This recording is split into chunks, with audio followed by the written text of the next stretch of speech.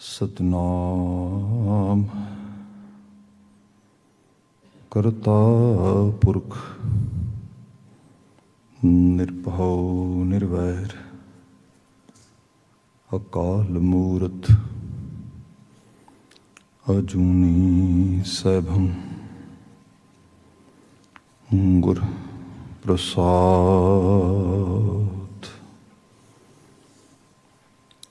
सोई सुनंदड़ी मेरा तन मन मौला,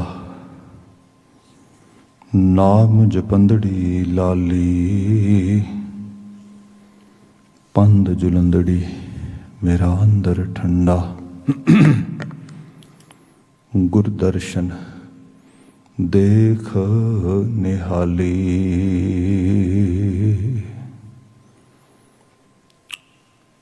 जुगो जुग अटल तन तन गुरु ग्रंथ साहिब जी,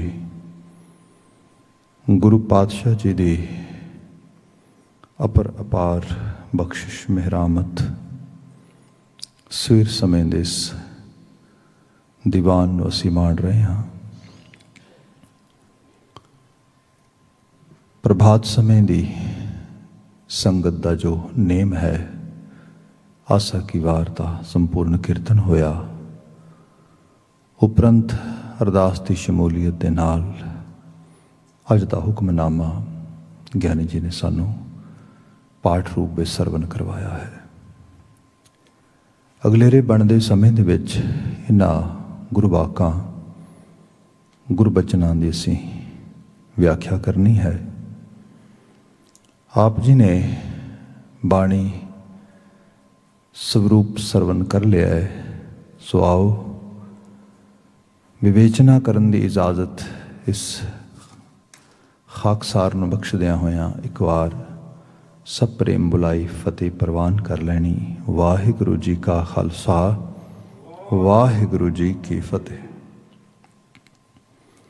अज दा ये बचन राग तनहासरी विचों है, जो समुचा सिरनावा बनता इस शब्द का वह है राग तनहासरी बाणी भगत कबीर जी की एक ओंकार सतगुर प्रसाद। भगत रचना ते शिरोमणी भगत बाणीकार धन बाबा कबीर जी उन्हां द्वारा रचित की गई अलाही बाणी है। एक ओंकार सतगुर प्रसाद इष्ट दा मंगल है, जो कि सैकड़े सैकड़े वार गुरु ग्रंथ साहिब च आउंदा आ, जिहदे मायने एक दा मतलब वहदिक, जिहदी असीं इंग्लिश ट्रांसलेशन करते हैं ओनली एंड ओनली वन। ओंकार अविथ एक रस लगातारता नाल व्याप रहा, जिन्हों असीं ट्रांसलेशन करिए तो बनता है without gap accurately and in a continuum. Mean ओ one force which is present all the time and which is omnipresent, that is ओंकार। जो कुछ जिया जंत पशु पंछी मानुख नजरेआब है, सब उस करतारी रचना दे विच ओंकार दा ही रूप है, ओंकार दे वजूद है। ये उहदे हुक्म विचों आया, उहदे हुक्म विच अमा रहा है, यही ओंकार है।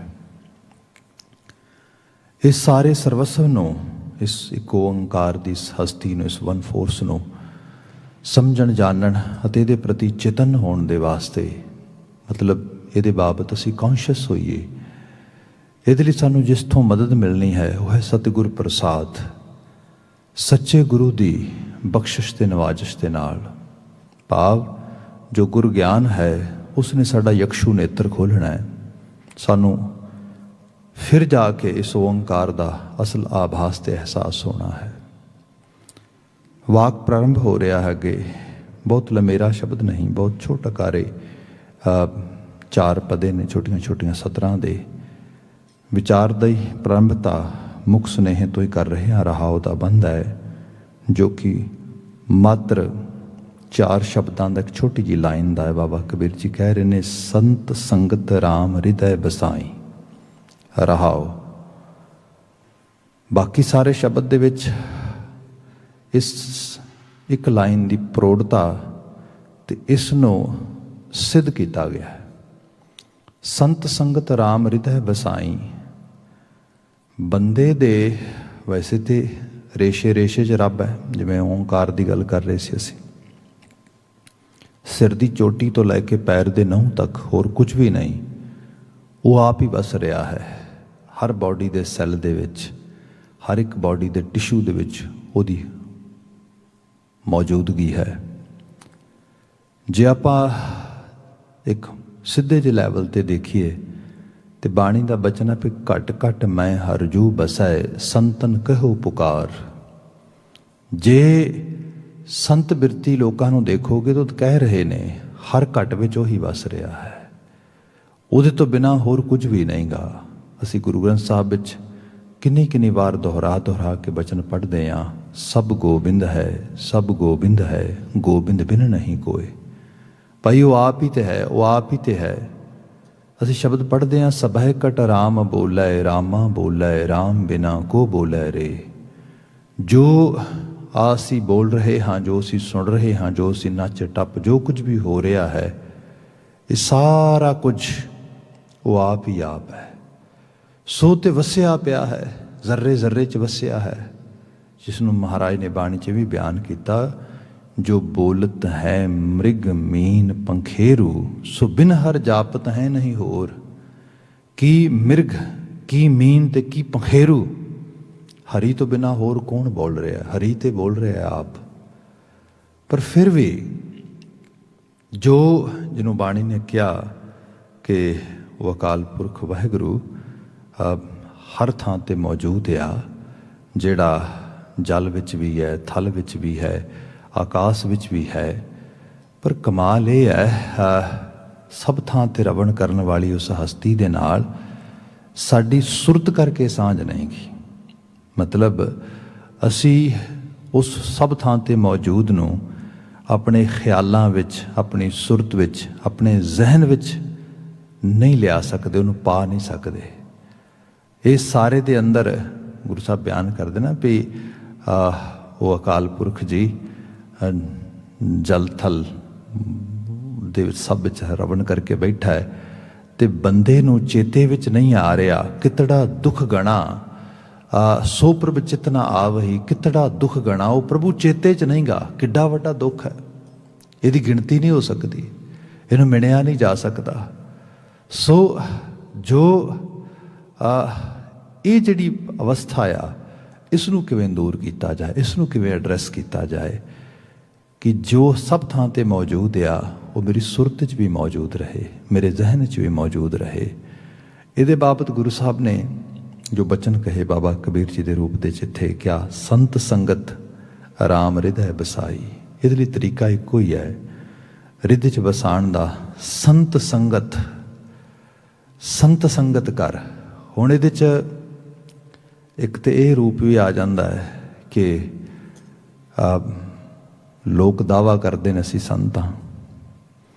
ਇਹਦੇ ਨਾਲ ਫਾਇਦਾ ਹੋਣ ਦੀ ਬਜਾਏ ਮਨੁੱਖਤਾ ਦਾ ਨੁਕਸਾਨ ਬੜਾ ਹੋਇਆ, ਕਿਉਂਕਿ ਪਖੰਡ ਵਧਿਆ, ਅਡੰਬਰ ਵਧਿਆ, ਝੂਠ ਵਧਿਆ।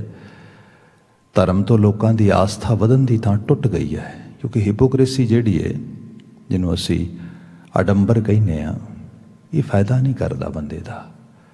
ਬਲਕਿ ਜੋ ਕਰ ਰਿਹਾ ਹੈ ਉਹ ਤਾਂ ਡੈਫੀਨੇਟਲੀ ਰਸਾਤਲ 'ਚ ਜਾ ਹੀ ਰਿਹਾ ਹੈ। ਜਿਹੜੇ ਲੋਕ ਉਹਦੇ ਨਾਲ ਐਸੋਸੀਏਟ ਹੁੰਦੇ ਨੇ, ਜੁੜਦੇ ਨੇ, ਵਕਤ ਪਾ ਕੇ ਉਹਨਾਂ ਦੇ ਦਿਲ ਖਰਾਸ਼ ਹੁੰਦੇ ਨੇ। ਫਿਰ ਉਹ ਜਿਹੜੀ ਹਾਲਾਤ ਵਿੱਚ ਜਿਸ ਕਿਸਮ ਦੇ ਨਾਲ ਉਹ ਵੱਧਦੇ ਨੇ, ਉਹਦੇ ਨਾਲ ਸਮਾਜ, ਧਰਮ ਤੋਂ, ਧਾਰਮਿਕ ਸੰਸਥਾਵਾਂ ਤੋਂ, ਅਤੇ ਈਵਨ ਜਿਹੜਾ ਧਰਮ ਦਾ ਆਈਡੀਅਲ ਥਾਟ ਹੈ, ਸਭ ਵਿੱਚ ਵਸਦੇ ਹੋਏ ਰੱਬ ਦੇ ਨਾਲ ਸਾਂਝ ਪਾਉਣ ਵਾਲਾ, ਇਹ ਵੀ ਟੁੱਟ ਜਾਂਦਾ ਹੈ। ਇਹਦੇ ਬਾਬਤ ਭਾਈ ਗੁਰਦਾਸ ਜੀ ਦੀ ਰਚਨਾ ਅਸੀਂ ਕਈ ਅਕਸਰ ਪੜ੍ਹੀਏ ਤੇ ਉਹ ਬਿਆਨ ਕਰਦੇ ਨੇ ਵੀ ਬੰਦੇ ਕਈ ਵਾਰ ਪੋਸੀਬਿਲਿਟੀ ਹੈ, ਗੁੱਛਾ ਹੋਏ ਤਰਕੋਨਿਆ ਨਹੀਂ ਬੁੜੀਐ ਦਾਖ ਹੈ, ਅੱਕੈ ਕੇਰੀ ਖਖੜੀ ਕੋਈ ਅੰਬ ਨਾ ਆਖੈ, ਗਹਿਣੇ ਜੁੰਜਰ ਪੋਸ਼ਤਾ ਨਹੀਂ ਸੋਇਨ ਸਾਖੈ, ਫਟਕ ਨਾ ਪੁੱਜੈ ਹੀਰਿਆਂ ਉਹ ਭਰੇ ਬਿਆਖੈ, ਧੌਲੇ ਦਿਸਣ ਛਾਹ ਦੁੱਧ ਸਾਧੋਂ ਗੁਣ ਗਾਖੈ, ਸਾਧ ਅਸਾਧ ਪਰਖੀਐ ਕਰਤੂਤ ਸੁਪਾਖੈ। ਕਹਿੰਦੇ ਕਿ ਕੌਣ ਸਾਧ ਹੈ, ਕੌਣ ਅਸਾਧ ਹੈ, ਇਹਦਾ ਪਤਾ ਤੇ ਨਹੀਂ ਲੱਗਦਾ। ਮਿਸਾਲਾਂ ਦਿੱਤੀਆਂ, ਗੁੱਛੇ ਜਿਉਂ ਤਰਕੋਨਿਆ ਨਹੀਂ ਬੁੜੀਐ ਦਾਖ ਹੈ। ਤਰਕੋਨੇ ਕੁਝ ਇਲਾਕਿਆਂ ਦੇ ਕਟੋਲੀਆਂ ਕਿਹਾ ਜਾਂਦਾ ਇਹਨਾਂ ਨੂੰ, ਜਿਹੜੇ ਡੇਕ ਜਾਂ ਧਰੇਕ ਨਿੰਮ ਵਰਗਾ ਇੱਕ ਬੂਟਾ ਹੁੰਦਾ ਹੈ, ਬਿਲਕੁਲ ਉਹਦੇ ਵਰਗੇ ਪੱਤੇ ਹੁੰਦੇ ਨੇ। ਨਿੰਮ ਨੂੰ ਮਮੋਲੀਆਂ ਲੱਗਦੀਆਂ ਨੇ। ਮਮੋਲੀਆਂ ਪਹਿਲਾਂ ਕੌੜੀਆਂ ਹੁੰਦੀਆਂ ਨੇ, ਫਿਰ ਮਿੱਠੀਆਂ ਹੋ ਜਾਂਦੀਆਂ ਨੇ, ਬਹੁਤ ਛੋਟੀਆਂ ਛੋਟੀਆਂ ਹੁੰਦੀਆਂ ਨੇ ਉਹ। ਜਿਹੜੇ ਤਰਕੋਣੇ ਨੇ ਇਹ ਬਿਲਕੁਲ ਗੋਲ ਜਿਹੜੇ ਹੈਗੇ ਨੇ ਬੋਲਸ ਦੀ ਤਰ੍ਹਾਂ ਹੁੰਦੇ ਨੇ, ਅਤੇ ਜੇ ਇਹਨਾਂ ਨੂੰ ਤੁਸੀਂ ਦੂਰੋਂ ਦੇਖੋ ਤਾਂ ਬਿਲਕੁਲ ਅੰਗੂਰਾਂ ਵਰਗੇ ਲੱਗਦੇ ਨੇ। ਬਿਲਕੁਲ ਉਹੋ ਜਿਹੇ ਗੁੱਛੇ ਹੁੰਦੇ ਨੇ, ਲਟਕਦੇ ਹੋਣ ਅਤੇ ਬਿਲਕੁਲ ਲੱਗਦਾ ਵੀ ਜਿਵੇਂ ਅੰਗੂਰ ਨੇ। ਭੁਲੇਖਾ ਪੈ ਸਕਦਾ ਬੰਦੇ ਨੂੰ। ਭਾਈ ਸਾਹਿਬ ਭਾਈ ਗੁਰਦਾਸ ਜੀ ਨੇ ਬੜੇ ਰੈਸ਼ਨਲ ਵੇ ਦੇ ਨਾਲ ਬਾਤ ਕੀਤੀ, ਕਿਹਾ ਵੀ ਗੁੱਛੇ ਜਿਉਂ ਤਰਕੋਨਿਆ ਨਹੀਂ ਬੁੜੀਆ ਦਾਖ ਹੈ। ਦਾਖ ਹੈ ਦਾਖ, ਅੰਗੂਰਾਂ ਨੂੰ ਕਿਹਾ ਗਿਆ ਹੈ। ਜੇ ਤਰਕੋਨੇ ਦੇਖੋਗੇ ਜਦੋਂ ਕੱਚੇ ਹੋਣਗੇ ਹਰੇ ਰੰਗ ਦੇ ਹੋਣਗੇ, ਜਦੋਂ ਥੋੜ੍ਹੇ ਪੱਕ ਜਾਣਗੇ ਉਦੋਂ ਥੋੜ੍ਹੀ ਲਾਲੀਮਾ ਆ ਜਾਏਗੀ ਉਹਨਾਂ ਦੇ ਵਿੱਚ। ਐਗਜ਼ੈਕਟਲੀ ਅੰਗੂਰਾਂ ਦੇ ਵਿੱਚ ਜਦੋਂ ਕੱਚੇ ਨੇ ਹਰੇ ਨੇ, ਜਦੋਂ ਬਿਲਕੁਲ ਦਾਖਾਂ ਪੱਕਦੀਆਂ ਨੇ ਉਦੋਂ ਲਾਲੀਮਾ 'ਚ ਆ ਜਾਂਦੀਆਂ ਨੇ। ਲੱਗਦਾ ਐਵੇਂ ਆ ਬਿਲਕੁਲ ਅੰਗੂਰ ਹੀ ਨੇ। ਸੰਸਾਰ ਦੇ ਵਿੱਚ ਧਾਰਮਿਕ ਹੋਣ ਦਾ ਦਾਅਵਾ ਕਰਨ ਵਾਲੇ ਲੋਕ ਐਵੇਂ ਦੀ ਨਜ਼ਰ ਪੈਂਦੇ ਨੇ ਕਈ ਵਾਰ। ਲੱਗਦਾ ਐਵੇਂ ਜਿਵੇਂ ਅੰਗੂਰ ਨੇ, ਪਰ ਹੁੰਦੇ ਤਰਕੋਨੇ ਨੇ, ਕੁੜੱਤਣ ਦੇ ਭਰੇ ਹੋਏ। ਜੇ ਤਰਕੋਨਿਆਂ ਨੂੰ ਕਿਤੇ ਮੂੰਹ 'ਚ ਭੁਲੇਖੇ ਨਾਲ ਵੀ ਪਾ ਲਵੇ, ਮੂੰਹ ਕੌੜਾ ਹੋ ਜਾਂਦਾ ਬੰਦੇ ਦਾ, ਜ਼ਹਿਰ ਵਰਗਾ, ਖਾ ਨਹੀਂ ਸਕਦਾ ਬੰਦਾ। ਇਹਦੇ ਮੁਕਾਬਲਤਨ ਜੇ ਅੰਗੂਰ ਮਿੱਠੇ ਵਧੀਆ ਵਾਲੇ ਹੋਣ ਤੇ ਇੱਕ ਮੂੰਹ 'ਚ ਪਾ ਲੇ, ਬੰਦਾ ਖਾਣ ਤੋਂ ਬਿਨਾਂ ਰਹਿ ਨਹੀਂ ਸਕਦਾ ਉਸ ਰੂਪ ਦੇ ਵਿੱਚ। ਸੋ ਭਾਈ ਸਾਹਿਬ ਭਾਈ ਗੁਰਦਾਸ ਜੀ ਕਹਿੰਦੇ ਸਮਾਜ ਵਿੱਚ ਇਹ ਪੋਸੀਬਿਲਿਟੀ ਹੈ ਕਿ ਜਿਵੇਂ ਅੰਗੂਰਾਂ ਵਰਗੇ ਲੱਗਦੇ ਤਰਕੋਨੇ ਬੰਦੇ ਨੂੰ ਭੁਲੇਖਾ ਪਾ ਸਕਦੇ ਨੇ, ਧਾਰਮਿਕ ਦਿਸਣ ਵਾਲੇ ਲੋਕ ਧਾਰਮਿਕ ਨਾ ਹੋਣ, ਤਰਕੋਨਿਆਂ ਵਰਗੇ ਹੋਣ, ਪਰ ਲੋਕ ਭੁਲੇਖਾ ਖਾ ਜਾਣ, ਤੇ ਅਕਸਰ ਖਾਂਦੇ ਨੇ ਲੋਕ। ਇਹੋ ਜਿਹਾ ਸੰਤਵਾਦ ਅਸੀਂ ਬੜਾ ਦੇਖਿਆ ਪਿਛਲੇ ਤੇ ਕੁਝ ਸਮੇਂ 'ਤੇ, ਬਹੁਤ ਫੈਲਿਆ ਇਸ ਰੂਪ ਦੇ ਵਿੱਚ। ਸੋ ਭਾਈ ਸਾਹਿਬ ਜੀ ਦੀ ਮਿਸਾਲ ਗਹਿਣੇ ਜਿਉਂ ਕਿਆ ਦਰਪੋਸ਼ਤਾ ਨਹੀਂ ਸੋਏ ਨ ਸੱਖ ਹੈ। ਕਈ ਵਾਰੀ ਜਰਪੋਸ਼ ਦੇ ਜਿਹੜੇ ਜਿਹਨੂੰ ਮੁਲੰਮਾ ਕਹਿੰਦੇ ਹਾਂ ਅਸੀਂ, ਉਹਦੇ ਗਹਿਣੇ ਤੁਸੀਂ ਦੇਖੋਗੇ ਬਿਲਕੁਲ ਐਵੇਂ ਲੱਗਦੇ ਨੇ ਜਿਵੇਂ ਸੋਨੇ ਵਰਗੇ ਹੀ ਨੇ, ਪਰ ਹੈਗੇ ਮੁਲੰਮੇ ਦੇ ਨੇ। ਆਪ ਨੇ ਹੁਣ ਤੇ ਲੰਬਾ ਸਮਾਂ ਹੋ ਗਿਆ, haven't experience those kind of things, ਪਰ ਮੈਨੂੰ ਯਾਦ ਆ ਜੇ ਕਿਤੇ ਦਿੱਲੀ ਇਸ ਇਲਾਕੇ 'ਚ ਜਾਣਾ ਤੇ ਬੱਸਾਂ ਦੇ ਵਿੱਚ ਆਮ ਕਰਕੇ ਤੁਸੀਂ ਦੇਖਿਆ ਹੋਏਗਾ, ਉਹ ਐਨ ਸੁਨਹਿਰੀ ਰੰਗ ਦੇ ਜੰਜੀਰੀਆਂ ਤੇ ਛੱਲੇ ਤੇ ਐਵੇਂ ਦੇ ਪਕੜ ਕੇ ਹੱਥਾਂ ਦੇ ਵਿੱਚ ਤੇ 2-2 4-4 ਰੁਪਏ 'ਚ ਵੇਚਦੇ ਆ। ਲਓ ਜੀ, ਉਹਨਾਂ ਦਾ ਸਲੋਗਨ ਇਹ ਹੁੰਦਾ ਸੀਗਾ ਕਿ ਸੋਨੇ ਸੇ ਕਮ ਨਹੀਂ ਹੋ ਜਾਏ ਤੋ ਗਮ ਨਹੀਂ, ਵੀ ਸੋਨੇ ਤੋਂ ਘੱਟ ਨਹੀਂ ਹੈ, ਜੇ ਗਵਾਚ ਜਾ ਤਾਂ ਗਮ ਕੋਈ ਨਹੀਂ ਗਾ, ਕਿਉਂਕਿ ਕਿਹੜਾ ਸੋਨਾ ਗਵਾਚਾ ਹੈ, ਤੇ ਮੁਲੰਮਾ ਹੀ ਸੀਗਾ। ਸੋ ਲੱਗਦਾ ਪਾਇਆ ਸੋਨਾ ਹੀ ਹੈ। 2-2 ਰੁਪਏ 4-4 ਰੁਪਏ ਦੇ ਵਿੱਚ ਲੋਕੀ ਖਰੀਦਦੇ ਇਸ ਰੂਪ ਦੇ ਅੰਦਰ। ਲੋਕਾਂ ਨੂੰ ਲੱਗਦਾ ਹੈ ਸੋਨਾ ਬੜਾ ਸਸਤਾ ਮਿਲ ਰਿਹਾ। ਬਾਜ਼ਾਰ ਦੇ ਵਿੱਚ ਸੋਨੇ ਦੀ ਕੀਮਤ ਤੇ ਬਹੁਤ ਕੀਮਤੀ, ਬਹੁਤ ਮਹਿੰਗੀ ਹੈ। ਇਹਦਾ ਮਤਲਬ ਇਹ ਹੈ ਸੋਨੇ ਵਰਗੇ ਲੱਗਦੇ ਨੇ, ਸੋਨਾ ਹੈ ਨਹੀਂ ਗਏ। ਸਮੇਂ ਦੇ ਨਾਲ, ਵਕਤ ਦੇ ਨਾਲ ਜਿਹੜਾ ਉੱਤੇ ਲੱਗਾ ਹੋਇਆ ਸੋਨ ਕਣੀ ਦਾ ਰੰਗ ਹੈ ਉਹ ਉਤਰ ਜਾਏਗਾ।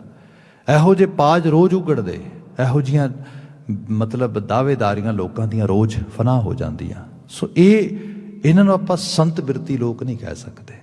ਜੇ ਆਪਾਂ ਸੰਤ ਦੀ ਬਾਤ ਕਰਦੇ ਹਾਂ, ਬਾਬਾ ਕਬੀਰ ਇਹ ਸੰਤ ਹੈ, ਭਗਤ ਰਵਿਦਾਸ ਇਹ ਸੰਤ ਹੈ, ਭਗਤ ਨਾਮਦੇਵ ਇਹ ਸੰਤ ਹੈ, ਭਗਤ ਸਦਨਾ ਜੀ ਸੰਤ ਹੈ, ਭਗਤ ਪੀਪਾ ਜੀ ਸੰਤ ਹੈ, ਇਹ ਸੰਤ ਨੇ। ਇਸ ਬਿਰਤੀ ਦੀ ਬਾਤ ਹੋ ਰਹੀ ਹੈ। ਇਹਨਾਂ ਦੀ ਸੰਗਤ ਹੋਏਗੀ ਤੇ ਇਹਨਾਂ ਦੀ ਸੰਗਤ ਕੀ ਹੈ? ਇੱਕ ਚੀਜ਼ ਹੋਰ ਲੈ ਲੈਣਾ ਕਿ ਸੰਗਤ ਐਟਲੀਸਟ ਇਹਦੀਆਂ 3 ਲੇਅਰਸ ਤੇ ਬਣਾਈਆਂ ਗਈਆਂ ਨੇ, ਈਵਨ ਮੌਜੂਦਾ ਲਿਟਰੇਚਰ 'ਚ ਵੀ ਮੌਜੂਦ ਨੇ। ਕਹਿੰਦੇ ਨੇ ਤਨ ਦੀ ਤਨ ਨਾਲ ਸਾਂਝ ਇਹ ਸਿਰਫ ਵਾਸ਼ਨਾ ਬਣਾ ਸਕਦੀ ਹੈ, ਹੋਰ ਕੁਝ ਨਹੀਂ। ਮਨ ਦੀ ਮਨ ਨਾਲ ਸਾਂਝ ਇਹ ਪ੍ਰੇਮ ਪੈਦਾ ਕਰਦੀ ਹੈ।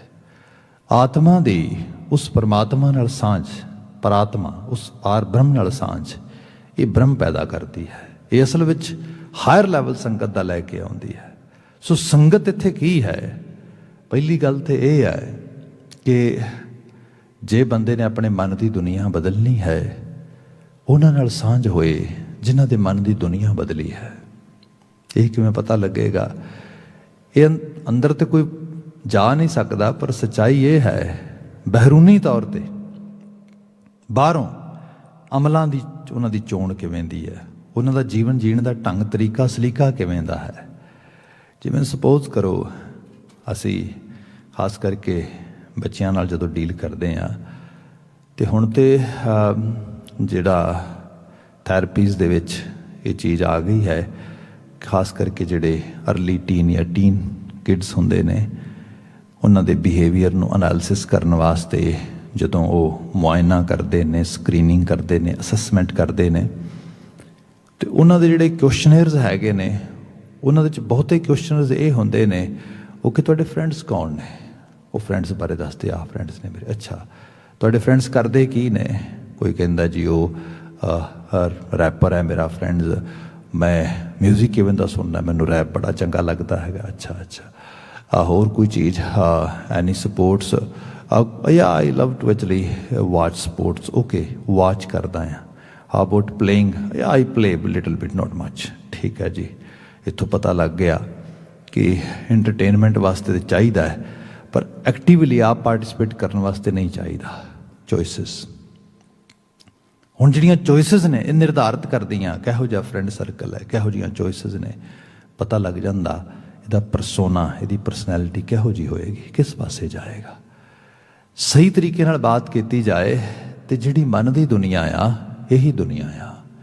ਜਿਹੜੀਆਂ ਖਾਹਿਸ਼ਾਂ ਨੇ, ਇੱਛਾਵਾਂ ਨੇ, ਵਿਸ਼ਜ਼ ਨੇ, ਜੋ ਸਾਡੀਆਂ ਵਾਂਟਸ ਨੇ, those are our actually psyche, those are our actually psychological world.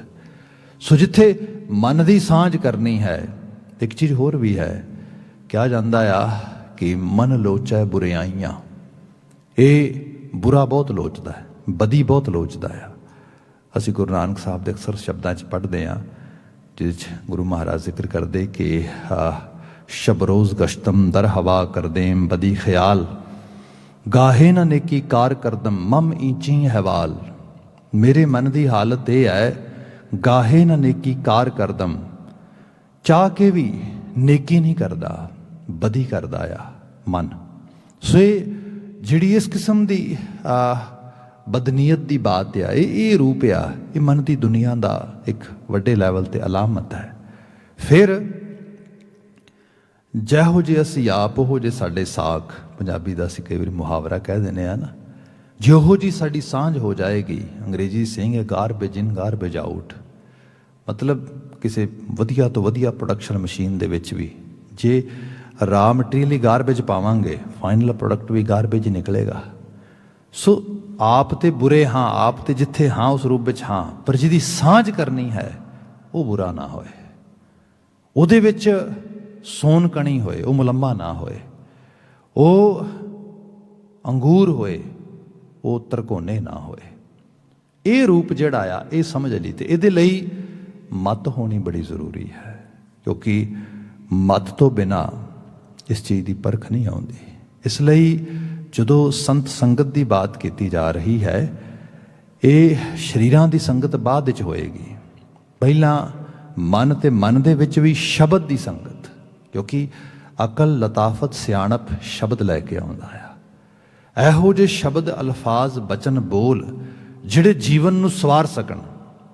ਬਾਬਾ ਕਬੀਰ ਜੀ ਦੀ ਬਾਤ ਕਰਦੇ ਨੇ, ਤੇ ਇਹ ਵੀ ਆਪ ਅਹਿਸਾਸ ਕਰੋ, ਜਿਨ੍ਹਾਂ ਨੂੰ ਕਿਸੇ ਧਰਮ ਮੰਦਰ ਦੇ ਵਿੱਚ, ਕਿਸੇ ਵਿਦਿਆਲਿਆ ਦੇ ਵਿੱਚ ਜਾਣ ਦੀ ਇਜਾਜ਼ਤ ਨਾ ਹੋਏ। ਆਪਾਂ ਭਗਤ ਰਵਿਦਾਸ ਜੀ ਦੀ ਗੱਲ ਕਰੀਏ, ਭਗਤ ਨਾਮਦੇਵ ਦੀ ਗੱਲ ਕਰੀਏ, ਭਗਤ ਕਬੀਰ ਜੀ ਦੀ ਮਨ ਬਾਤ ਕਰੀਏ, ਸ਼ੂਦਰ ਕਿਆ, ਅਛੂਤ ਕਿਆ, ਤੁਸੀਂ ਜਾ ਨਹੀਂ ਸਕਦੇ ਕਿਸੇ ਦਿਵਾਲਿਆ ਵਿੱਚ, ਕਿਸੇ ਧਾਰਮਿਕ ਸਥਾਨ ਦੇ ਵਿੱਚ, ਕਿਸੇ ਵਿਦਿਆਲਿਆ ਦੇ ਵਿੱਚ। ਪਰ ਫਿਰ ਵੀ ਜਿੰਨਾ ਕੁ ਵਕਤ ਬਣਿਆ, ਤਾਲੀਮ ਨਾਲ, ਅੱਖਰਾਂ ਨਾਲ, ਲਫ਼ਜ਼ਾਂ ਨਾਲ, ਅਲਫਾਜ਼ਾਂ ਨਾਲ ਸਾਂਝ ਪਾਈ। ਤੇ ਇਕੱਲੀ ਸਾਂਝ ਨਹੀਂ ਪਾਈ, ਬਲਕਿ ਜਹ ਬੋਲ ਤਹ ਅੱਛਰ ਆਵਾ, ਅੱਛਰਾਂ ਦੇ ਵਿੱਚ ਗਿਆਨ ਨੂੰ ਰਚਿਆ, ਲਿਖਿਆ, ਅੱਗੇ ਪ੍ਰਸਾਰਿਤ ਕੀਤਾ, ਦੱਸਿਆ। ਇਹਦੇ ਤੋਂ ਬਿਨਾਂ ਬੰਦੇ ਦਾ ਕਲਿਆਣ ਨਹੀਂ ਹੈਗਾ। ਗੁਰੂ ਨਾਨਕ ਸਾਹਿਬ ਦੇ ਬਚਨ ਪੜ੍ਹੋ, ਮਹਾਰਾਜ ਜਪਜੀ ਸਾਹਿਬ ਵਿੱਚ ਹੀ ਬਿਆਨ ਕਰਦੇ ਹੋ, ਦੁਨੀਆ ਦੇ ਲੋਕੋ ਨਾਮ ਨਾਲ ਜੁੜਨਾ ਜੇ, ਅੱਖਰੀ ਨਾਮ, ਅੱਖਰੀ ਸਾਲਾ, ਇਹਨਾਂ ਨੂੰ ਫੜਿਆ ਜੇ। ਜਿੰਨਾ ਅੱਖਰਾਂ ਨੂੰ ਫੜਦੇ ਜਾਓਗੇ, ਉਸੇ ਤਰ੍ਹਾਂ ਦਾ ਜੀਵਨ ਹੁੰਦਾ ਜਾਏਗਾ। ਸੋ ਸੰਗਤ ਦਾ ਪਹਿਲਾ ਪੜਾਅ ਅੱਖਰ ਹੈ, ਲਫ਼ਜ਼ ਹੈ, ਅਲਫਾਜ਼ ਨੇ, ਹਰਫ ਨੇ।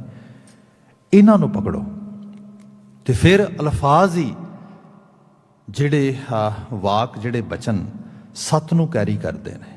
ਇਹਨੂੰ ਹੋਰ ਸਰਲ ਕਰਕੇ ਬਿਆਨ ਕਰ ਦੇਣਾ ਮੈਂ। ਜਿਵੇਂ ਸਪੋਜ਼ ਕਰੋ, ਲਫ਼ਜ਼ਾਂ ਦੇ ਵਿੱਚ ਹੀ ਸਭ ਕੁਝ ਪਿਆ ਆ। ਆਪਾਂ ਕਿਸੇ ਨੂੰ ਜੀ ਕਰਕੇ ਬੁਲਾਉਂਦੇ ਹਾਂ। ਜੀ ਪੰਜਾਬੀ 'ਚ ਆਮ ਕਰਕੇ ਜਿਹੜਾ ਹੈਗਾ ਲਫ਼ਜ਼ ਇੱਕ ਸਾਊਂਡ ਹੈ ਛੋਟਾ ਜਿਹਾ। ਤੁਸੀਂ ਕਿਸੇ ਨੂੰ ਭਾ ਵੀ ਕਹਿ ਸਕਦੇ ਹੋ, ਤੁਸੀਂ ਕਿਸੇ ਨੂੰ ਭਾ ਜੀ ਵੀ ਕਹਿ ਸਕਦੇ ਹੋ, ਤੁਸੀਂ ਕਿਸੇ ਨੂੰ ਭੈਣ ਵੀ ਕਹਿ ਸਕਦੇ ਹੋ, ਤੁਸੀਂ ਕਿਸੇ ਨੂੰ ਭੈਣ ਜੀ ਵੀ ਕਹਿ ਸਕਦੇ ਹੋ, ਤੁਸੀਂ ਮਾਂ ਵੀ ਕਹਿ ਸਕਦੇ ਹੋ, ਮਾਂ ਜੀ ਵੀ ਕਹਿ ਸਕਦੇ ਹੋ, ਪਿਤਾ ਵੀ ਕਹਿ ਸਕਦੇ ਹੋ, ਪਿਤਾ ਜੀ ਵੀ ਕਹਿ ਸਕਦੇ ਹੋ, ਤੁਸੀਂ ਕਿਸੇ ਨੂੰ ਵੀਰ ਵੀ ਕਹਿ ਸਕਦੇ ਹੋ, ਵੀਰ ਜੀ ਵੀ ਕਹਿ ਸਕਦੇ ਹੋ। ਸੋ ਇੱਕ ਛੋਟਾ ਜਿਹਾ ਲਫ਼ਜ਼ ਹੈ ਜੀ। ਜੇਕਰ ਉਹ ਬੰਦੇ ਦੀ ਜ਼ਬਾਨ 'ਤੇ ਆ ਜਾਏ, ਉਹਦੀ ਚੋਣ ਕਰਨੀ ਆ ਜਾਏ ਬੰਦੇ ਨੂੰ ਇਸ ਰੂਪ ਦੇ ਵਿੱਚ, ਬੰਦਾ ਦੂਸਰੇ ਨੂੰ ਸਤਿਕਾਰ ਦਿੰਦਾ, ਪਿਆਰ ਦਿੰਦਾ, ਉਹਦੇ ਸਰੋਤ ਵਿੱਚ ਸ਼ਹਿਦ ਦੀ ਤਰ੍ਹਾਂ ਚੀਜ਼ ਘੁਲ ਜਾਂਦੀ, ਮਿਠਾਸ ਆ ਜਾਂਦੀ। ਹਾਂ, ਮੈਨੂੰ ਅਦਬ ਦਿੱਤਾ ਇਸੇ ਨੇ। ਇੱਕ ਲਫ਼ਜ਼ ਹੋਰ ਵੀ ਹੈ, ਓਏ। ਪੰਜਾਬੀ 'ਚ ਅਸੀਂ ਕਈ ਵਾਰੀ ਕਹਿੰਦੇ ਹਾਂ, ਜਾਂ ਥੋੜ੍ਹੀ ਬ੍ਰਿਜ ਭਾਸ਼ਾ 'ਚ ਰੇ, ਜਿਵੇਂ ਬਣ ਕਾ ਰੇ ਰੇ ਦਰਗਾਹ ਕਹਿ ਨਾ ਕੋ। ਅਰੇ ਕਿਸੇ ਨੂੰ ਕਹਿ ਕੇ ਬੁਲਾਣਾ, ਓਏ ਇਹ ਕਹਿ ਕੇ ਬੁਲਾਣਾ ਕਿਸੇ ਨੂੰ ਤਿਰਸਕਾਰੀ ਹੁੰਦਾ ਆ। ਛੋਟਾ ਜਿਹਾ ਲਫ਼ਜ਼ ਆ। ਇਹ ਦੋ ਛੋਟੀਆਂ ਛੋਟੀਆਂ ਧੁਨਾਂ, ਸਤਿਕਾਰ ਤੇ ਤਿਰਸਕਾਰ, ਮਤਲਬ ਕਿਸੇ ਦਾ ਮਾਣ ਤੇ ਕਿਸੇ ਦੀ ਅਵਮਾਨਤਾ, ਇਹ ਕੈਰੀ ਕਰਦੀਆਂ ਨੇ ਛੋਟੇ ਜਿਹੇ ਲਫ਼ਜ਼ ਜਿਹੜੇ ਨੇ। ਇਹ ਤੋਂ ਪਤਾ ਲੱਗਦਾ ਹੈ ਲਫ਼ਜ਼ਾਂ ਦੇ ਵਿੱਚ ਤਾਬ ਹੈ ਕੈਰੀ ਕਰਨ ਦੀ। ਲਫ਼ਜ਼ ਗਿਆਨ ਵੀ ਕੈਰੀ ਕਰਦੇ ਨੇ, ਅਗਿਆਨ ਵੀ ਕੈਰੀ ਕਰਦੇ ਨੇ। ਲਫ਼ਜ਼ ਸ਼ਾਂਤੀ ਵੀ ਕੈਰੀ ਕਰਦੇ ਨੇ, ਅਸ਼ਾਂਤੀ ਵੀ ਕੈਰੀ ਕਰਦੇ ਨੇ। ਲਫ਼ਜ਼ ਸੱਚ ਵੀ ਕੈਰੀ ਕਰਦੇ ਨੇ, ਝੂਠ ਵੀ ਕੈਰੀ ਕਰਦੇ ਨੇ। ਮਹਾਰਾਜ ਬਿਆਨ ਕਰਦੇ ਉਹ ਅੱਖਰ ਪੜ੍ਹ ਜਿਹੜੇ ਅੱਖਰ ਸੱਚ ਨੂੰ ਕੈਰੀ ਕਰਦੇ ਨੇ। ਜਿਵੇਂ ਬਾਣੀ ਹੈ, ਤੁਰਕੀ ਬਾਣੀ ਆਈ ਤਿਨ ਸਗਲੀ ਚਿੰਤ ਮਿਟਾਈ, ਸੰਗਤ ਇਹਦੀ ਕਰ। ਇਹ ਹੈ ਇਹੋ ਜਿਹੀ ਸੰਗਤ ਦੇ ਨਾਲ ਆਪਣੇ ਆਪ ਨੂੰ ਜੋੜਨਾ, ਇਹੋ ਜਿਹੇ ਸ਼ਬਦ ਨਾਲ, ਉਪਦੇਸ਼ ਨਾਲ, ਸੰਦੇਸ਼ ਨਾਲ। ਬਾਬਾ ਕਬੀਰ ਜੀ ਨੇ ਇਹਦੀ ਬਾਤ ਕੀਤੀ। ਇਹਦੇ ਮੁਕਾਬਲਤਨ ਜੋ ਭਾਰਤੀ ਖਿੱਤੇ 'ਚ ਹਜ਼ਾਰਾਂ ਹਜ਼ਾਰਾਂ ਸਾਲਾਂ ਤੋਂ ਲੋਕੀ ਪੂਜਾ ਅਰਚਨਾ ਕਰਦੇ ਰਹੇ, ਬਾਬਾ ਕਬੀਰ ਜੀ ਨੇ ਕਿਹਾ ਇਹਨਾਂ, ਭਾਵੇਂ ਉਹ ਸਟੈਚੂ ਵਰਸ਼ਿਪਿਜ਼ਮ ਸੀਗਾ, ਭਾਵੇਂ ਉਹ ਆਈਡੀਅਲ ਵਰਸ਼ਿਪਿਜ਼ਮ ਸੀਗਾ, ਅਤੇ ਭਾਵੇਂ ਉਹ ਕਿਸੇ ਖਾਸ ਦੇਵੀ ਦੇਵਤੇ ਦੇ ਸੰਕਲਪ ਦਾ ਵਰਸ਼ਿਪਿਜ਼ਮ ਸੀਗਾ, ਬਾਬਾ ਕਬੀਰ ਜੀ ਕਹਿੰਦੇ ਨੇ ਜੋ ਕੁਝ ਨਹੀਂ ਕੱਢਣ ਪਾਉਣ ਨੂੰ ਹੈਗਾ। ਇਹ ਤੇ ਇਹਦੇ ਨਾਲ ਤੇ ਬਲਕਿ ਇੱਕ ਕਲਟ ਉਸਰੇਗਾ। ਤੇ ਸੱਚਾਈ ਹੈ ਬੰਦੇ ਦੇ ਜੀਵਨ ਨੂੰ ਗਿਆਨ ਸਵਾਰਦਾ ਆ, ਸੋਝੀ ਸਵਾਰਦੀ ਹੈ। ਸੋਝੀ ਸੰਗਤ ਵਿੱਚ ਹੈ। ਸੰਗਤ ਵੀ ਸ਼ਬਦਾਂ ਦੀ, ਲਫ਼ਜ਼ਾਂ ਦੀ, ਅਲਫਾਜ਼ਾਂ ਦੀ, ਹਰਫਾਂ ਦੀ। ਇੱਕ ਛੋਟਾ ਜਿਹਾ ਮਿਸਾਲੀ ਤੌਰ 'ਤੇ ਬਾਤ ਬਿਆਨ ਕਰ ਦੇਣਾ, ਕਿਉਂਕਿ ਪਿਛਲੇ 40-50 ਸਾਲਾਂ ਦੇ ਵਿੱਚ ਡੇਰਾਵਾਦ ਬੜਾ ਵਧਿਆ, ਦੇਹ ਪ੍ਰਸਤਗੀ ਬੜੀ ਵਧੀ, ਦੇਹ ਪੂਜਾ ਬੜੀ ਵਧੀ। ਖਾਸ ਕਰਕੇ ਵੈਸੇ ਸਾਰੇ ਸਾਊਥ ਈਸਟਰਨ ਖਿੱਤੇ 'ਚ ਕਹਿ ਲਓ, ਪਰ ਪੰਜਾਬ ਦੇ ਦਿਆਰ ਦੇ ਦੁਆਲੇ, ਜੋ ਹੋਣੀ ਨਹੀਂ ਸੀ ਚਾਹੀਦੀ। ਕਿਉਂਕਿ ਜਿੱਥੇ ਗੁਰੂ ਸਾਹਿਬ ਨੇ ਆਪ ਗ੍ਰੰਥ ਦੀ ਅਗਵਾਈ ਦਿੱਤੀ ਹੋਏ, ਉੱਥੇ ਕਿਸੇ ਹੋਰ ਦੀ ਅਗਵਾਈ ਦੀ ਲੋੜ ਹੀ ਨਹੀਂ ਹੈ। ਗ੍ਰੰਥ ਤੇ ਪੰਥ ਦੀ ਤਾਬੇਦਾਰੀ ਸਾਨੂੰ ਲਿਆਂਦਾ ਸੀਗਾ, ਪੰਚ ਪ੍ਰਧਾਨ ਪ੍ਰਣਾਲੀ ਵਿੱਚ ਸਾਨੂੰ ਪਾਇਆ ਸੀਗਾ। ਸੋ ਇਹ ਸਭ ਚੀਜ਼ਾਂ ਗੁਰਮਤਿ ਆਸ਼ੇ ਦੇ ਨਾਲ, ਜਿਹਨੂੰ ਕਿਹਾ ਗਿਆ ਕਿ ਪਰਚਾ ਸ਼ਬਦ ਦਾ, ਦੀਦਾਰ ਖਾਲਸੇ ਦਾ, ਤੇ ਪੂਜਾ ਅਕਾਲ ਦੀ। ਸੋ ਇਸ ਕਿਸਮ ਦੇ ਸੰਕਲਪ ਵਿੱਚ। ਪਰ ਖੈਰ ਜਿਹੜੀ ਬਾਤ ਮੈਂ ਕਹਿਣ ਲੱਗਾ ਸੀਗਾ, ਜਦੋਂ ਅਸੀਂ ਇਹ ਹਾਲਾਤ ਦੇਖਦੇ ਕਿ ਉੱਥੇ ਲਗਾਤਾਰ ਦੇਹਧਾਰੀ ਲਗਾਤਾਰ ਵੱਧ ਰਹੇ ਸੀਗੇ, ਪੰਜਾਬੀ ਯੂਨੀਵਰਸਿਟੀ ਦੇ ਸਾਡੇ ਇੱਕ ਬੜੇ ਸਕਾਲਰ ਪ੍ਰੋਫੈਸਰ, ਉਹਨਾਂ ਇੱਕ ਥੀਸਿਸ ਲਿਖਿਆ ਸ਼ਬਦ ਗੁਰੂ ਦੇ ਉੱਤੇ। ਖੈਰ ਉਹਨਾਂ ਦੇ ਕੁਲੀਗ ਸੀਗੇ ਕੁਝ ਜਿਹੜੇ ਇਸ ਤਰੀਕੇ ਦੇ ਕੁਝ ਡੇਰਾਵਾਦ ਨਾਲ ਸਿੱਧਾ ਸਾਂਝ ਰੱਖਦੇ ਸੀਗੇ। ਉਹਨਾਂ ਕਿ ਗੱਲ ਹੀ ਕੁਛ ਨਹੀਂ, ਤੈਨੂੰ ਜਾ ਕੇ ਲੈ ਮਿਲਾ ਲੈਂਦੇ ਹਾਂ ਇਹੋ ਜਿਹੇ ਲੋਕਾਂ ਨੂੰ, ਡੇਰੇ ਵਾਲਿਆਂ ਨੂੰ, ਤੈਨੂੰ ਪਤਾ ਲੱਗ ਜਾਏਗਾ। ਉਹ ਕਹਿੰਦਾ ਠੀਕ ਹੈ। ਚਲਾ ਗਿਆ। ਜਦੋਂ ਚਲਾ ਗਿਆ, ਉਹ ਜਾ ਕੇ ਬੈਠਾ ਤਾਂ ਉਹ ਕਹਿਣ ਲੱਗਾ ਵੀ ਗੱਲ ਇਹ ਹੈ, ਤੁਸੀਂ ਜੋ ਵੀ ਹੋ, ਸੰਤ ਕਹਿ ਲਓ, ਆਪਣੇ ਆਪ ਨੂੰ ਕੁਝ ਹੋਰ ਨਾਂ ਦੇ ਲਓ, ਮੇਰੀ ਤੁਹਾਡੇ ਅੱਗੇ ਛੋਟੀ ਜਿਤਨੀ ਇੱਕ ਬੇਨਤੀ ਹੈ ਕਿ ਮੈਂ ਤੁਹਾਡੇ ਕੋਲ ਆਇਆ ਵਾਂ, ਅਤੇ ਮੇਰੀ ਤੁਹਾਡੀ ਸਾਂਝ ਇਹ ਹੋਏਗੀ ਕਿ ਤੁਸੀਂ ਕਹਿਣਾ ਕੁਝ ਨਹੀਂ, ਬੋਲਣਾ ਨਹੀਂ। ਤੁਸੀਂ ਬਿਨਾਂ ਬੋਲਿਆਂ ਹੀ ਮੈਨੂੰ ਕੁਝ ਗਿਆਨ, ਕੁਝ ਸਮਝ, ਕੁਝ ਸੋਝੀ ਦੇਣੀ ਹੈ। ਉਹ ਕਹਿੰਦੇ ਹੱਦ ਹੋ ਗਈ, ਜੇ ਬੋਲਾਂਗੇ ਨਹੀਂ ਤਾਂ ਫਿਰ ਇਹ ਕਿਵੇਂ ਹੋਏਗਾ। ਕਹਿਣ ਲੱਗਾ ਗੱਲ ਇਹ ਹੈ, ਜੇ ਤੁਹਾਨੂੰ ਮੈਨੂੰ ਕੋਈ ਦੱਸਣ ਵਾਸਤੇ, ਸਮਝਾਉਣ ਵਾਸਤੇ ਬੋਲਣਾ ਪਏਗਾ, ਤੇ ਫਿਰ ਡੈਫੀਨੇਟਲੀ ਸ਼ਬਦ ਦਾ ਸਹਾਰਾ ਹੋਏਗਾ। ਉਹ ਕਹਿੰਦੇ ਹਾਂ। ਤੇ ਕਹਿੰਦੇ ਫਿਰ ਇਹੀ ਤੇ ਮੈਂ ਕਹਿ ਰਿਹਾ, ਸ਼ਬਦ ਹੀ ਸਰਵੋਪਰੀ ਹੈ। ਉਹ ਕਹਿੰਦੇ ਜੇ ਸ਼ਬਦ ਦੇ ਜ਼ਰੀਏ ਹੀ ਕਲਿਆਣ ਹੋਣਾ, ਲਫ਼ਜ਼ਾਂ ਅਲਫਾਜ਼ਾਂ ਦੇ ਜ਼ਰੀਏ ਕਲਿਆਣ ਹੋਣਾ, ਫਿਰ ਤੁਹਾਡੀ ਲੋੜ ਕੀ ਹੈ। ਫਿਰ ਉਹੋ ਜਿਹੇ ਸ਼ਬਦ ਤੇ ਗ੍ਰੰਥ ਸਾਹਿਬ ਵਰਗੀ ਰਚਨਾ 'ਚ ਪਏ ਨੇ, ਆਲਾ ਪਏ ਨੇ, ਤੁਹਾਡੇ ਕੋਲ ਤਾਂ ਉਹਦਾ ਖਿਆਲ ਵੀ ਨਹੀਂ ਆ ਸਕਦਾ ਜਿਹੋ ਜਿਹੇ ਬਚਨ ਉਹਦੇ 'ਚ ਪਏ ਨੇ, ਜਿਹੋ ਜਿਹੀ ਸਿੱਖਿਆ ਉਹਦੇ 'ਚ ਪਈ ਹੈ। ਸੋ ਜੇ ਸੰਗਤ ਬਚਨਾਂ ਦੀ ਹੈ, ਲਫ਼ਜ਼ਾਂ ਦੀ ਹੈ, ਅਲਫਾਜ਼ਾਂ ਦੀ ਹੈ, ਹਰਫਾਂ ਦੀ ਹੈ, ਸਿੱਖਿਆਵਾਂ ਦੀ ਹੈ, ਤੇ ਉਹ ਤੇ ਫਿਰ ਗੁਰੂ ਸਾਹਿਬ ਨੇ ਸਿੱਕੇਬੱਧ ਰੂਪ ਦੇ ਵਿੱਚ ਇੱਕ ਪੂਰੀ ਰਚਨਾ ਰਚ ਕੇ ਦਿੱਤੀ ਸਾਨੂੰ। ਸੋ ਇਹ ਹੈ, ਇਹਨੂੰ ਹੀ ਕਿਹਾ ਗਿਆ ਸੀਗਾ ਕਿ ਸਭ ਸਿੱਖਣ ਕੋ ਹੁਕਮ ਹੈ ਗੁਰੂ ਮਾਨਿਓ ਗ੍ਰੰਥ। ਭਈ ਇਹਨੂੰ ਹੀ ਗੁਰੂ ਮੰਨਿਆ ਜੇ, ਇਹੀ ਤੁਹਾਡਾ ਮਾਸਟਰ ਹੈ, ਇਹੀ ਤੁਹਾਡਾ ਅਸਲ 'ਚ ਕਲਿਆਣ ਕਰੇਗਾ। ਸੋ ਸਾਹਿਬ ਮਹਾਰਾਜ ਦੀ ਬਾਣੀ 'ਚ ਬਾਬਾ ਕਬੀਰ ਜੀ ਨੇ ਕਿਹਾ ਸੰਗਤ ਇਹਦੀ ਕਰੇ, ਸੰਤ ਸੰਗਤ। ਇਹ ਹੈ ਇਹੋ ਜਿਹੇ ਲਫ਼ਜ਼, ਇਹੋ ਜਿਹੇ ਅਲਫਾਜ਼, ਹਰਫ, ਅੱਖਰ, ਬਚਨ ਜਿਨ੍ਹਾਂ ਦੇ ਸਦਕਾ ਸਾਡੇ ਜੀਵਨ 'ਚ ਸੰਤ ਬਿਰਤੀ ਆ ਸਕੇ, ਕਿਉਂਕਿ ਇਹ ਬਿਰਤੀ ਦਾ ਨਾਂ ਹੈ। ਇਹੋ ਜਿਹਾ ਜੀਵਨ ਆਵਰਨ ਆ ਸਕੇ ਜਿਹਦੇ 'ਚ ਅਸੂਲ ਹੋਣ, ਜਿਹਦੇ 'ਚ ਪਿਆਰ ਹੋਏ, ਜਿਹਦੇ 'ਚ ਮਾਨਵਤਾ ਦੇ ਪ੍ਰਤੀ ਚੰਗੀ ਅਪਰੋਚ ਹੋਏ, ਜਿਹਦੇ ਅੰਦਰ ਰੱਬੀ ਵਿਸ਼ਵਾਸ ਤੇ ਆਸਥਾ ਹੋਏ। ਸਭ ਨਾਮ ਹੀ ਹੈ, ਇਹ ਸਭ ਸ਼ਬਦ ਹੈ ਰੂਪ।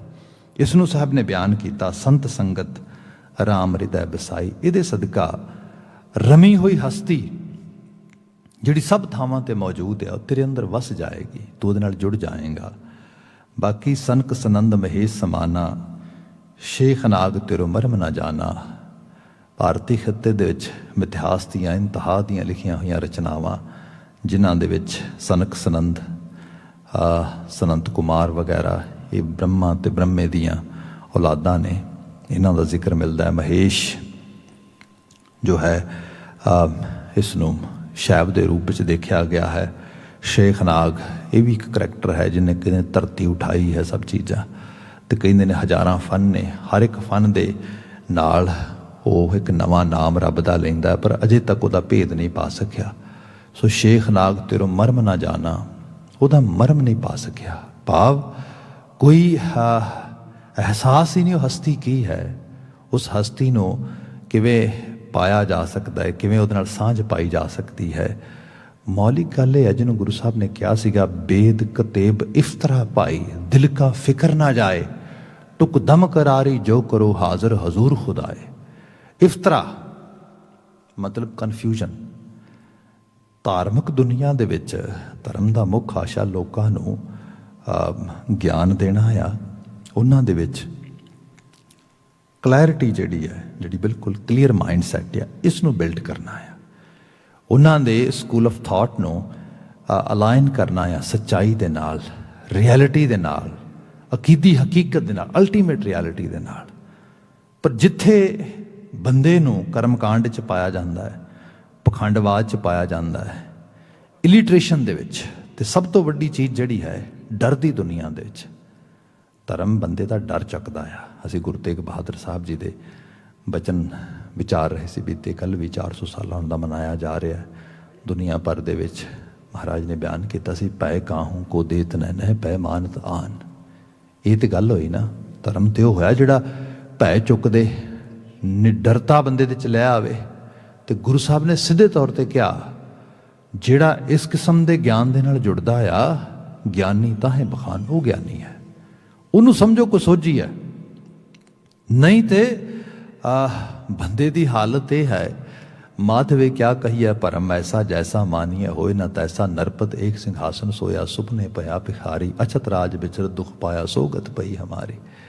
ਜਿਹੜਾ ਇਹ ਹਾਲਤ ਆ, ਅਗਿਆਨਤਾ ਦੀ ਹਾਲਤ ਆ, ਬੰਦਾ ਸਹੀ ਰੂਪ ਵਿੱਚ ਦੇਖੇ ਨਾ, ਤੇ ਇਹ ਸਾਰੇ ਬਣੇ ਹੋਏ ਇਸ ਕੌਸਮੋਂ ਦੇ ਅੰਦਰ ਸਾਨੂੰ ਇੱਕ ਰੋਲ ਦਿੱਤਾ ਹੈ ਮਦਰ ਨੇਚਰ ਨੇ।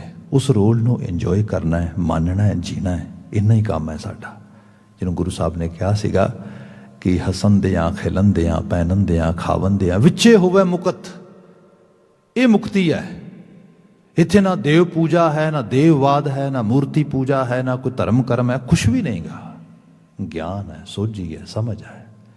ਹਾਂ, ਨੋ ਡਾਊਟ ਜਿਹਨੂੰ ਅਸੀਂ ਸੈਲਫ ਇੰਪਰੂਵਮੈਂਟ ਜਾਂ ਸੈਲਫ ਡਿਵੈਲਪਮੈਂਟ ਕਹਿੰਦੇ ਆ, ਕੀ ਹੁੰਦੀ ਹੈ, ਜਿਵੇਂ ਸੰਸਾਰ ਵਿੱਚ ਵਿਚਰੀਦਾ ਹੈ, ਚੀਜ਼ਾਂ ਦੇ 'ਚ ਉੱਤੇ ਗਰਦ ਪੈਂਦੀ ਹੈ, ਮਿੱਟੀ ਪੈਂਦੀ ਹੈ, ਇਸ ਤਰੀਕੇ ਦਾ ਮਾਹੌਲ ਬਣਦਾ ਹੈ।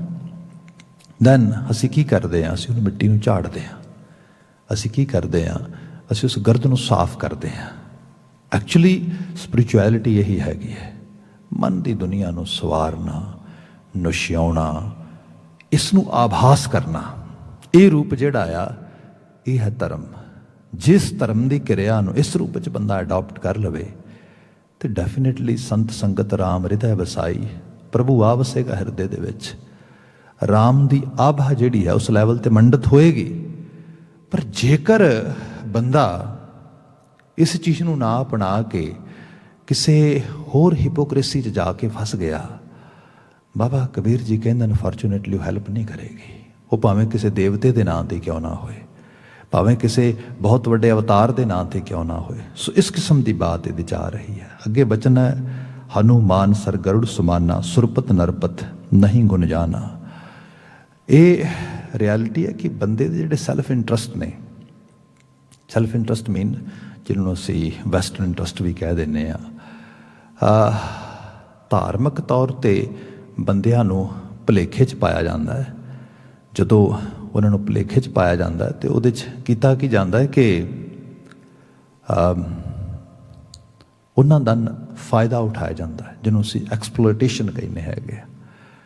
ਇਸ ਐਕਸਪਲੋਇਟੇਸ਼ਨ ਦੇ ਸਦਕਾ ਜਿਹੜੀ ਜਮਾਤ ਪੈਦਾ ਹੁੰਦੀ ਹੈ ਉਸ ਨੂੰ ਅਸੀਂ ਪੁਜਾਰੀ ਜਮਾਤ ਕਹਿੰਦੇ ਹਾਂ। ਮਤਲਬ ਉਹ ਲੋਕਾਂ ਤੋਂ ਪਹਿਲਾਂ ਤੇ ਕਿਸੇ ਖਾਸ ਆਈਡੀਅਲ ਦੀ ਪੂਜਾ ਕਰਾਉਂਦੇ ਨੇ, ਫਿਰ ਕਿਤੇ ਆਪਣੀ ਕਰਾਉਣ ਲੱਗ ਜਾਂਦੇ ਨੇ। ਇੱਕ ਮੌਲਿਕ ਸਮੱਸਿਆ ਹੈ।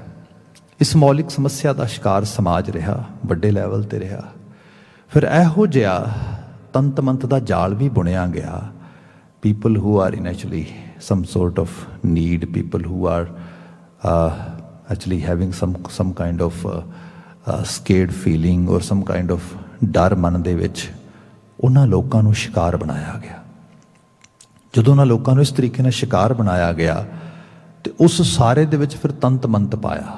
ਬਾਬਾ ਕਬੀਰ ਜੀ ਨੇ ਬਾਤ ਕੀਤੀ, ਉਹ ਭਾਵੇਂ ਤੁਸੀਂ ਤੰਤ ਮੰਤ ਪੜ੍ਹ ਲਓ, ਕਿਸੇ ਨਾਂ ਹੇਠ ਪੜ੍ਹ ਲਓ, ਭਾਵੇਂ ਉਹ ਕਿਸੇ ਹਨੂਮਾਨ ਪ੍ਰਸਤਗੀ ਦੇ ਵਿੱਚ, ਗਰੁੜ ਪ੍ਰਸਤਗੀ ਦੇ ਵਿੱਚ, ਸੁਰਪਤ ਨਰਪਤ, ਸੁਰਪਤ, ਸੁਰ ਕਹਿੰਦੇ ਨੇ ਦੇਵਤੇ ਨੂੰ, ਪਤੀ ਮਾਲਕ, ਦੇਵਤਿਆਂ ਦਾ ਪਤੀ, ਜਿਵੇਂ ਇੰਦਰ ਵਗੈਰਾ ਦੀ ਬਾਤ ਹੁੰਦੀ ਹੈ।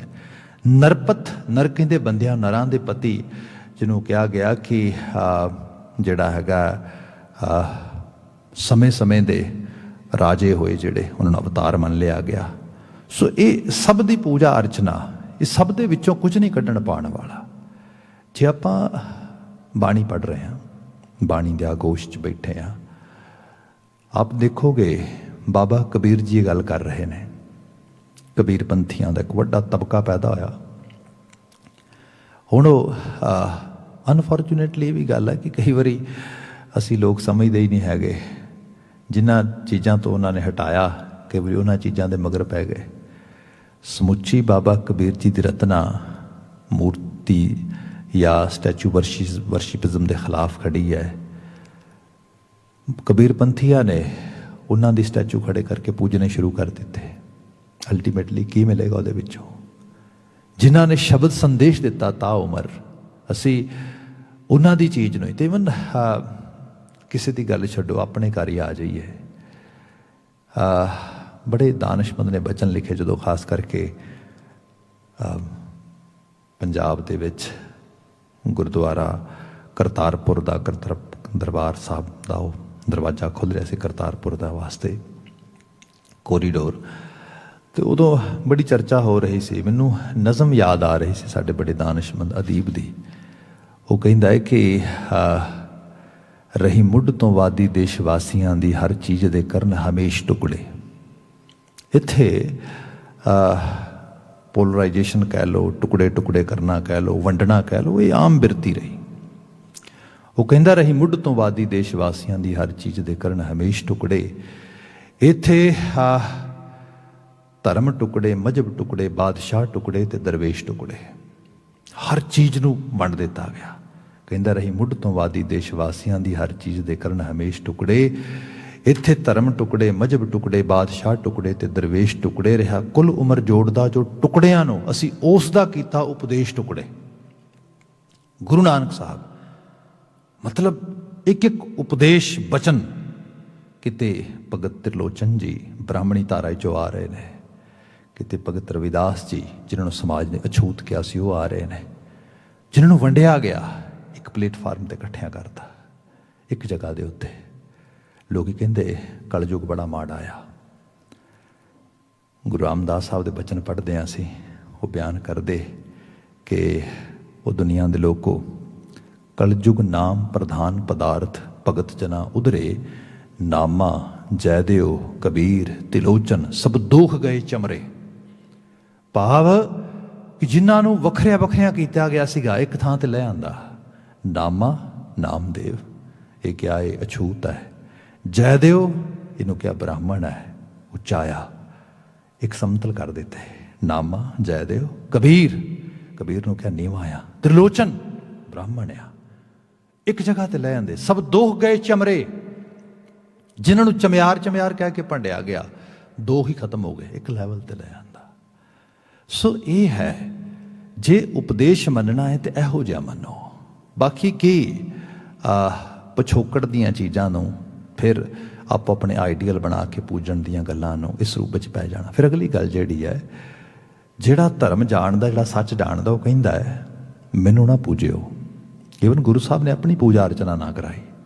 ਸ਼ਬਦ ਦਾ ਪਰਚਮ ਇਹੀ ਹੈ। ਮੈਂ ਬੀਤੇ ਕੱਲ੍ਹ ਹੀ ਵਿਚਾਰ ਰਿਹਾ ਸੀਗਾ ਗੁਰੂ ਤੇਗ ਬਹਾਦਰ ਸਾਹਿਬ ਜੀ ਦੇ ਜੀਵਨ ਯਾਪਨ ਦੇ ਵਿੱਚ, ਤੋਂ ਜਦੋਂ ਪੂਰਬ ਦੇਸ਼ ਦੇ ਦੌਰੇ 'ਤੇ ਜਾ ਰਹੇ ਨੇ ਤੇ ਬਨਾਰਸ ਦੇ 'ਚ ਗੁਰਦੁਆਰਾ ਸ਼ਬਦ ਕਾ ਕੋਠਾ, ਮਤਲਬ ਉਹਦਾ ਨਾਂ ਹੀ ਸ਼ਬਦ ਕਾ ਕੋਠਾ ਰੱਖ ਦਿੱਤਾ।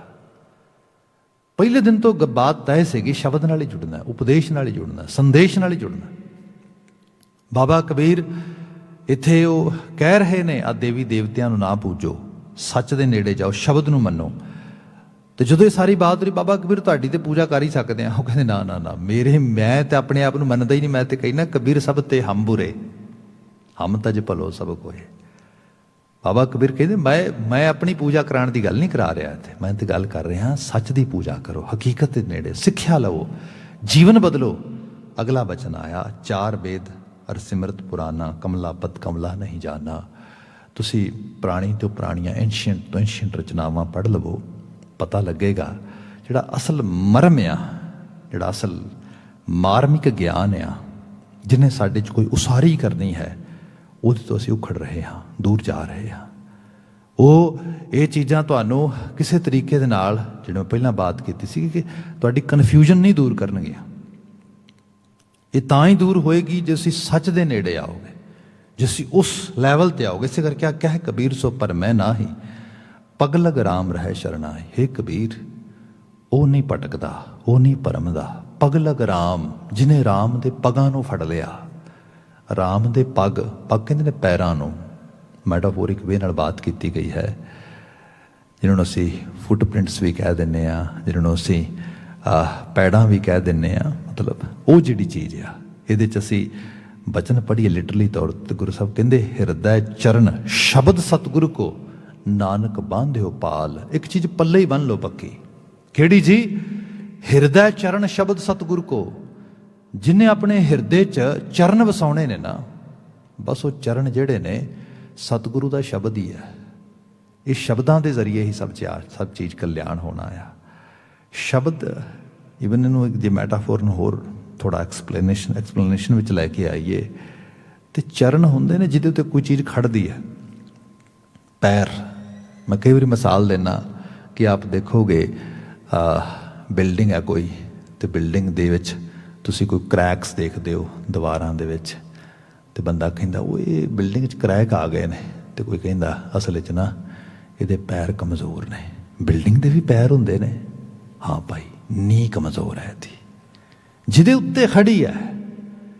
ਕਈ ਵਾਰੀ ਬੰਦਾ ਕਹਿੰਦਾ ਉਹ ਫਲਾਣੇ ਨੇ ਨਾ ਮੇਰੇ ਨਾਲ ਗੱਲ ਕਰਨ ਦੀ ਟਰਾਈ ਕੀਤੀ ਤੇ ਮੈਂ ਪੈਰ ਨਾ ਲੱਗਣ ਦਿੱਤੇ ਉਹਦੇ। ਕਮਾਲ ਹੋ ਗਈ, ਤੇਰੇ ਸਾਹਮਣੇ ਤੇ ਖੜਾ ਸੀਗਾ, ਪੈਰ ਕਿਵੇਂ ਲੱਗਣ ਦਿੱਤੇ?